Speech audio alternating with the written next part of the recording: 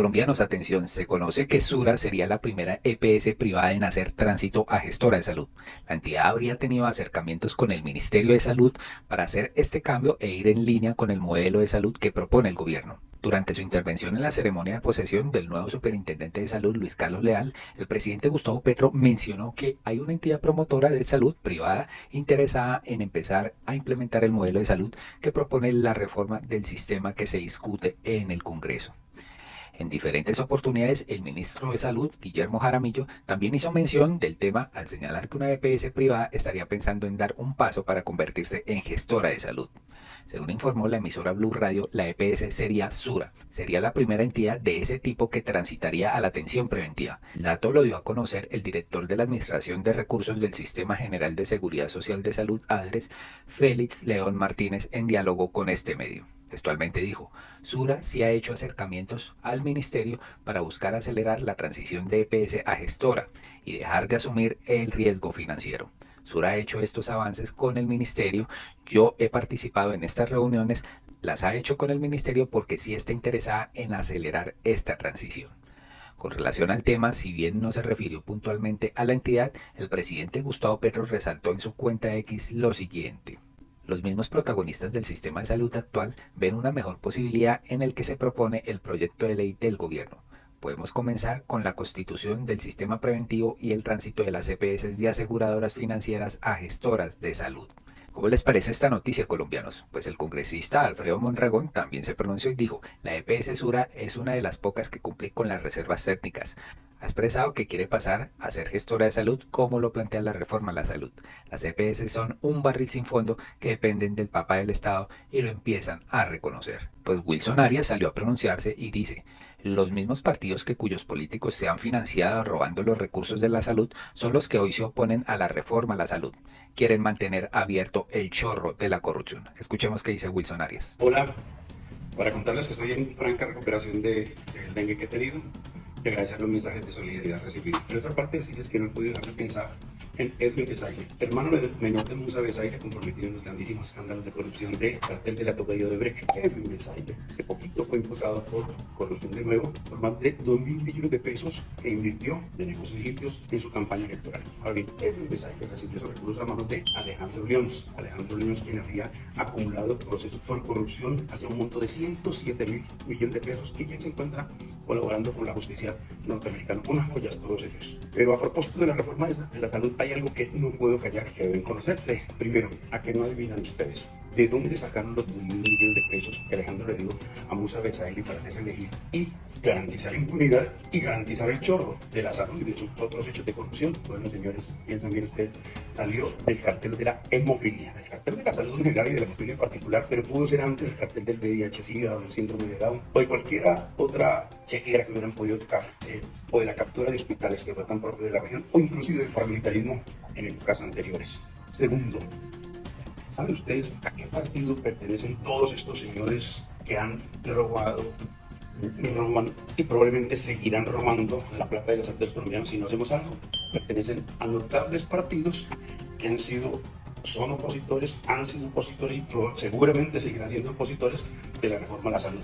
Creo que ustedes deben identificarlos y sacar conclusiones. Los vínculos que hay en el estado de cosas institucionales y el sistema de salud y las fugas que permiten robos de distintas formas, pero otra cosa final, hay cárcel para estos hombres que se roban 2.000 millones de pesos.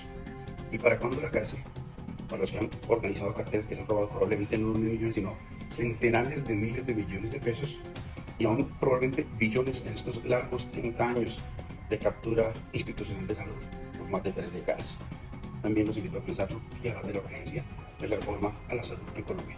Por eso, para todas y todos.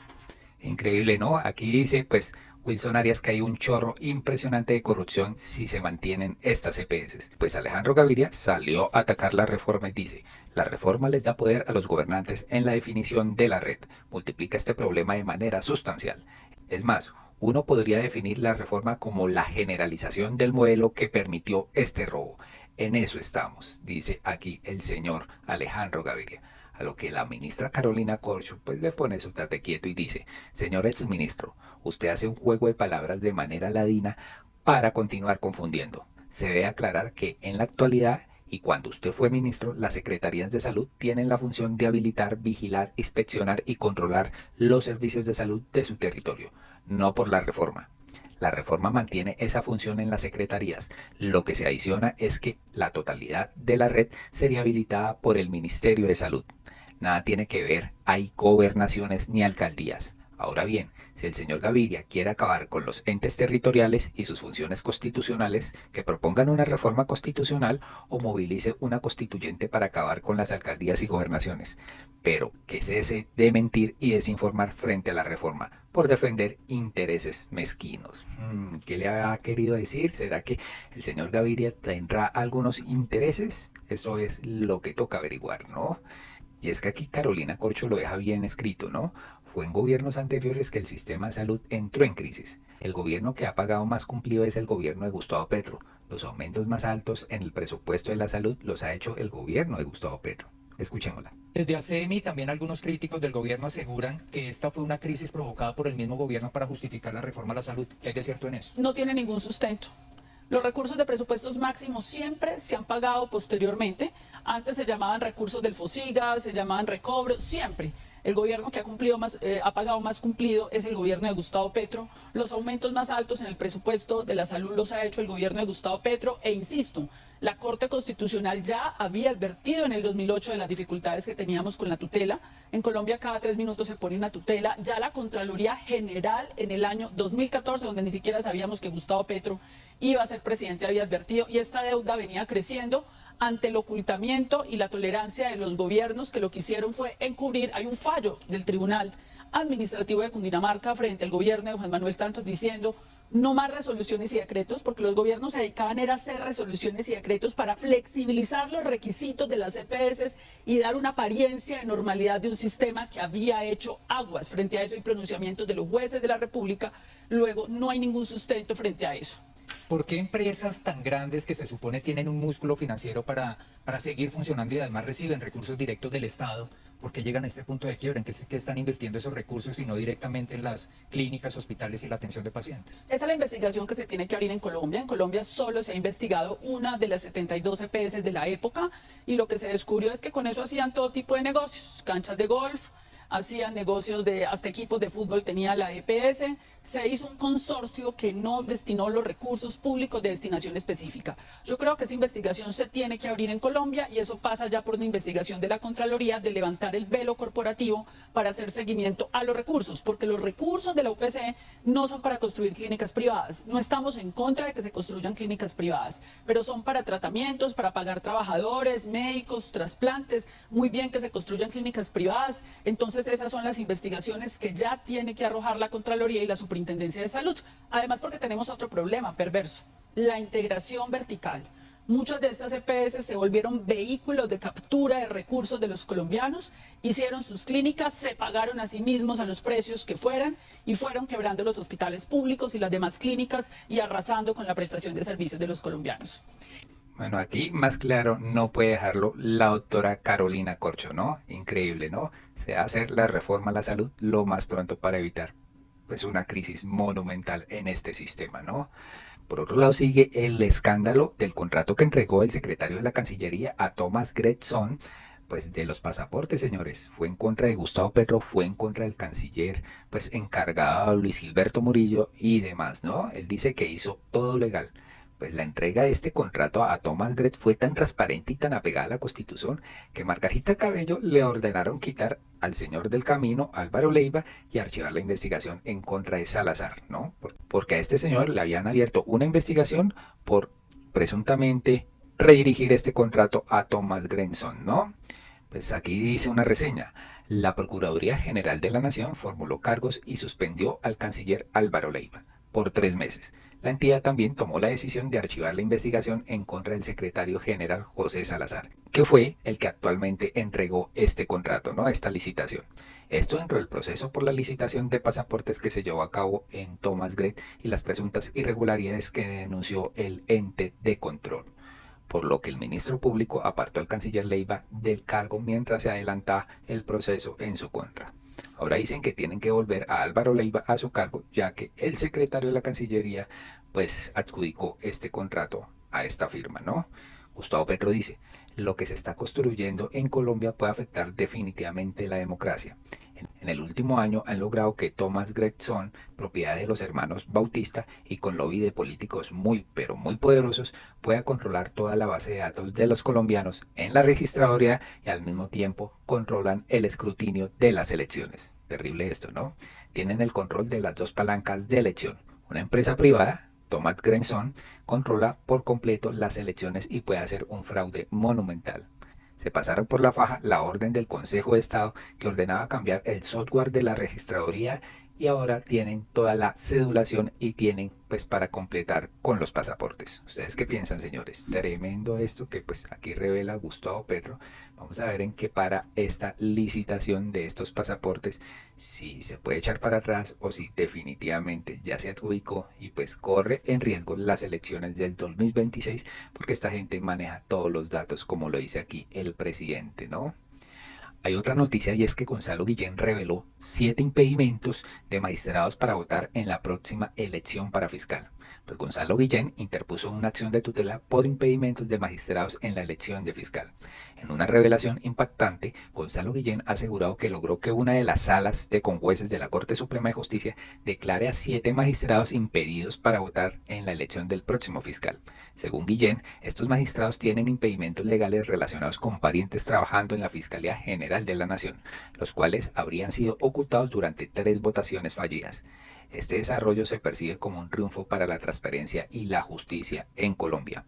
Guillén, conocido por su activismo en temas de corrupción y justicia, ha resaltado la importancia de esta decisión, afirmando que es un paso significativo en el fortalecimiento de las instituciones y la lucha contra la corrupción.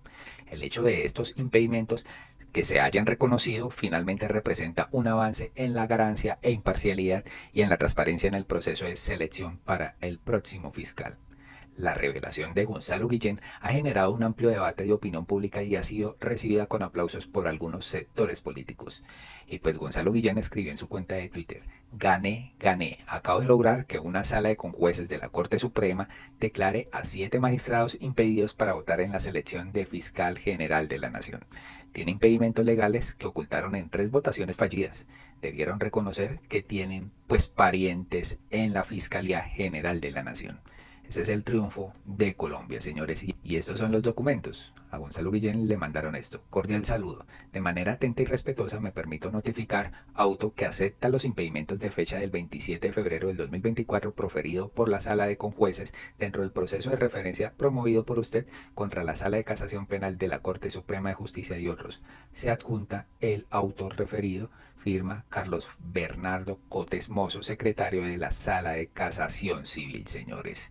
El documento que dice Alba María Rueda Vázquez, conjuez ponente, correspondiente decidir los impedimentos presentados por los honorables magistrados Octavio Augusto Tejero, Francisco Ternera Barrios, Hilda González Neira, Marta Patricia Guzmán Álvarez, Haroldo Wilson Quirós Monsalvo, Fernando Augusto Jiménez Valderrama y Luis Alonso Rico Puerta, para conocer de la acción de tutela interpuesta por Gonzalo Guillén contra la Sala Plena y de Gobierno de la Corte Suprema de Justicia. Es decir, 7 magistrados reconocieron estos impedimentos y estos no podrán votar en la próxima elección para fiscal. Continúa diciendo Gonzalo: en la próxima votación de la Corte Suprema para escoger fiscal, los 7 magistrados impedidos serán reemplazados por conjueces, señores. ¿Serían estos los votos en blanco que estarían cayendo?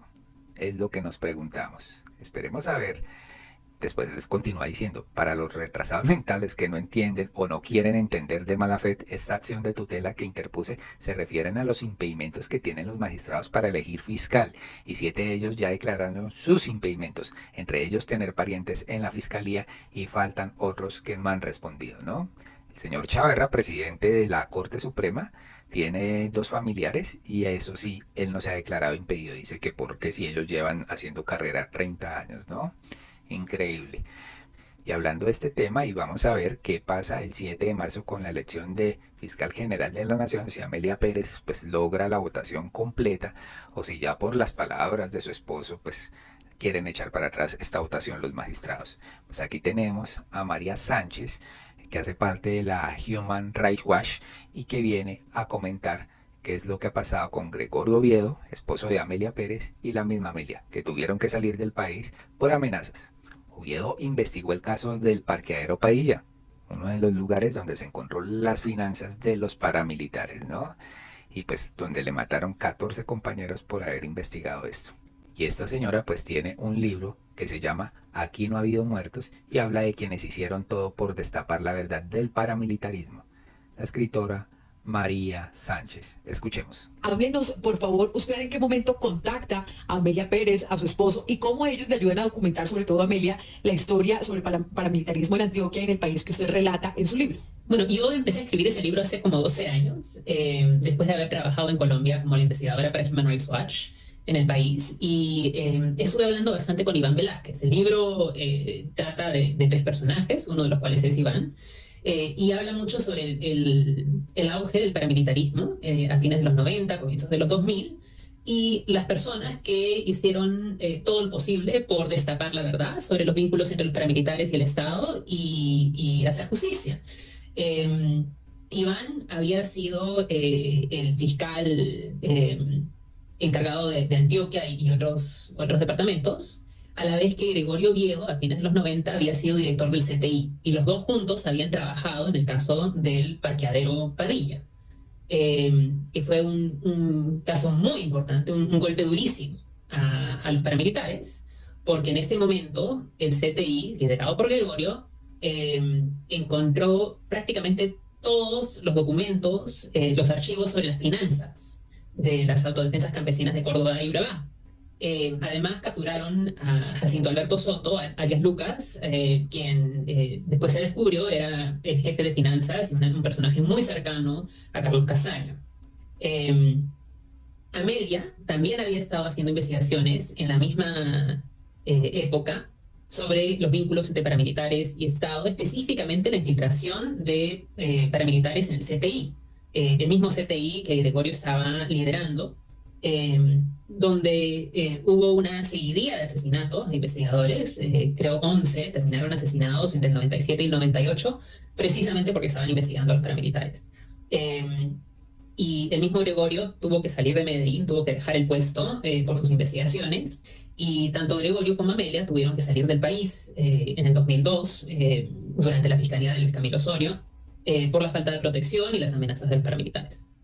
Y donde se iniciaba el gobierno de Álvaro Uribe Vélez, ¿no? Exilia a esta gente, desde en cuenta, y salen unos uribistas, pues, a demandar a Gregorio Oviedo por unos tweets, que intocables, ¿no? Se delicaron los compañeros, pero des en cuenta la historia de vida que tiene, pues, esta pareja, ¿no? Amelia Pérez, aspirante a fiscal general de la Nación. Por último, se descubren más cosas de alias Pacho Malo. Resulta que la revista Raya y Joir Ackerman pues, revelaron 2 cosas más graves de Pacho Malo. Investigadores del CTI, Rafael Tavares y César Zapata, fueron cómplices de Pacho Malo. La alianza de Pacho Malo con narcotraficantes y las FARC. Entonces, señora Mancera, su hijo no es un solo contrabandista. Escuchemos el informe. Pese a que la fiscal encargada había negado el escándalo de los narcofiscales que ella habría protegido, cada vez se conocen más detalles de las actividades delictivas del ex coordinador del CTI en Buenaventura, conocido como Pacho Malo. Víctor Ballestas. Mónica, hoy 2 publicaciones revelaron diferentes datos sobre la investigación. En una se conocen nombres de más cómplices de Pacho Malo en la fiscalía, y en la otra se revela la existencia de un segundo informe de inteligencia, esta vez del ejército, sobre las actividades de ese poderoso exfuncionario.